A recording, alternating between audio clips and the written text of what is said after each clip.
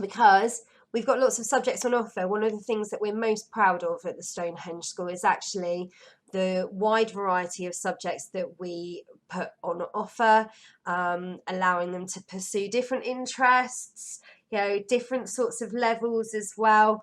So we've got history, geography, philosophy and ethics, which is what we call religious studies. You've got the arts, so you've got art and design, catering, resistant materials, although that's called engineering now, textiles. Photography is a new one. We've never tried this before, so they will be the first year group to potentially have a photography class. We're going to buy lots of new equipment if there's enough interest, so that we can try that as a sort of, I don't know, more technical, modern version of art. It gives them a bit more choice in terms of thinking about how they creatively might want to pursue their interests. We've got business studies, we've got health and social care, drama, sport, music, child development. In terms of the languages, German, Spanish, French. So languages available, we've got German, Spanish and French, and then we've also got computing and creative iMedia. So there's lots of different ranges, different choices of subjects to hopefully cater for most of the tastes within our students.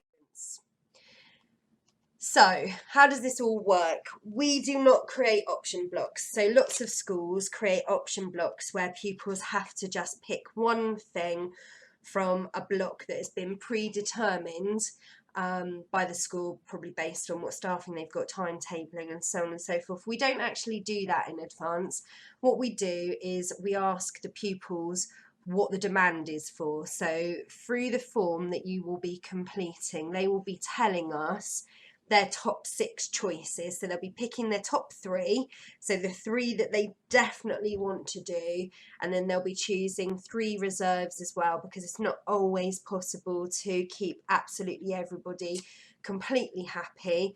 But then what we do is we create the option blocks around the pupils so that it maximises the opportunity for them to actually get the subjects that they want to do, which we have found generally in a large year group there may be about 25 pupils who have to study one of their reserve subjects. So it's really important that they're picking reserve subjects that they are happy to do, but making sure that their top 3 is definitely the 3 that they really want to do. And I would also say, if there's one subject that they are completely desperate to do, make that the number 1. If we're having to look at number 1s in terms of how popular a subject is and how many places we've got within that subject, then people who have put that as their number 1 choice are obviously much more likely to get into that choice.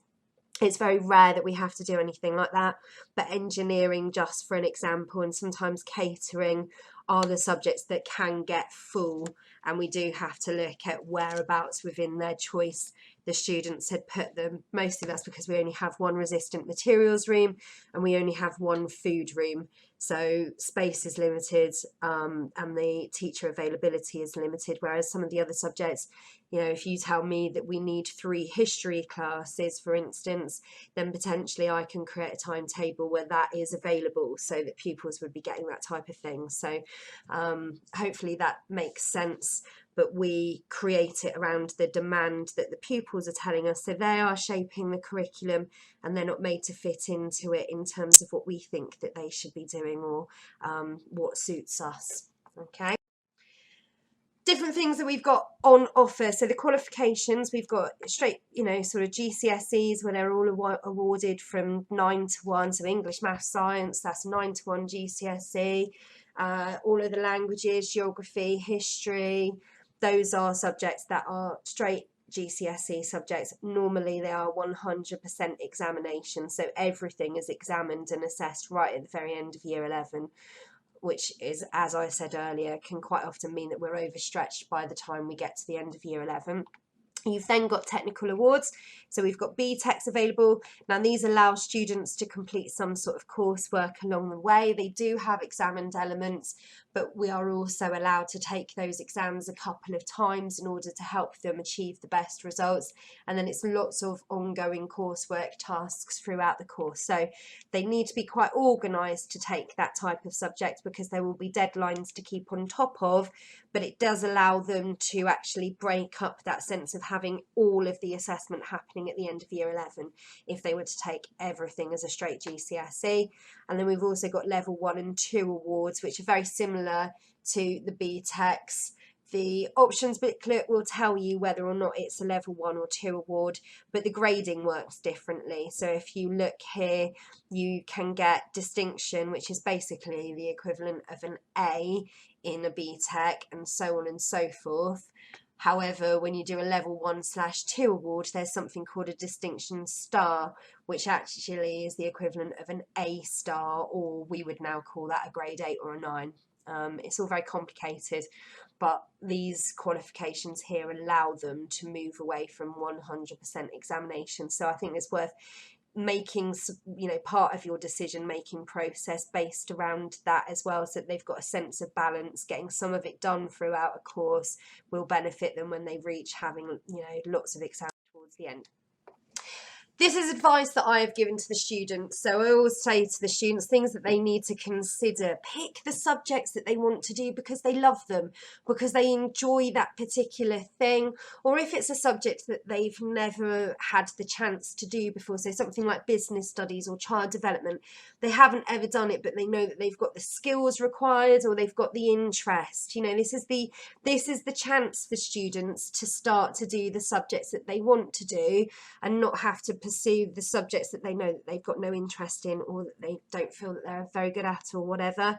Okay, I would advise them to pick the type of study that suits their progress. So BTEC coursework, GCSEs, exams. Some people like having lots of exams at the end. Dare I say it, boys in particular quite enjoy having all of the pressure at the end, because it becomes almost a bit like a competition, a bit competitive, and girls quite often enjoy that idea that they can get things done in advance and get the coursework in place. Ultimately, I would say do the subjects that they think will help them to achieve what they want to do in life, you know, whatever they want to pursue. And I've also made it very clear, we don't expect everybody to have a very firm idea of what they want to do in their future. Lots of adults don't have it completely sorted out in terms of what they want to do in the future, but they may have particular things they think, well, it could be this and it could be that. We'll pick the things that may help them to get there. You know, I want to be a chef, well then go for catering. I want to be an architect, well then pick art. You know, those are just a couple of examples. Do not pick subjects because your friends are picking them. Do not pick subjects because they like the teacher. They won't necessarily have the teacher that they've got at the moment. We've got multiple teachers in different subjects. So for example, if it's PE, you could have one of 5 people teaching you BTEC PE. It might not be the teacher that you've got at the moment. So that isn't a way to to pick your options. And don't choose a subject because you think it will be easy. Unfortunately, with the reformed GCSEs that the government has put in place a few years ago, there isn't really an easy option, and hence, you know, our decision to actually have 3 GCSEs to make it more manageable. They are all full of more content than they ever were before. More content, more skills involved, more exams, everything towards the end. So there isn't really an easy option. Even something like, let's say, catering, there are theoretical, scientific, written responses required for that. Drama sounds like it could be quite fun, you know, sort of there's the practical element, and it is fun, but that is balanced with quite a lot of writing at times. So this is where the booklets and the information that we've given you are really important. Watch the presentations on this website in terms of the subjects that you're interested in. Have a look at the booklet and just start to make that informed decision. And then at parents' evening, you've got the opportunity to ask questions of the subjects that you want to find out more about. Will they be any good at this particular thing, and so on, and then start to make your choices via the online form. Hopefully we're giving you everything that you would have got if you'd come into school for the actual looking forward evening anyway. It's just that you don't get to actually see me stand up in front of you and present these types of things. But if there are any questions, please ask us questions. Either myself, Mr. Randall or Mrs. Staker, we've all been involved in this process, so we will answer those questions for you. Okay, it's exciting. This is a good time for them, and they will find that in year 9 they are doing the things that they want to be doing, and it's really good for them. So I'm sure it will go well. Ask us if not, ask us any questions, and just make sure that they make the choices that you think they should be making that's right for them.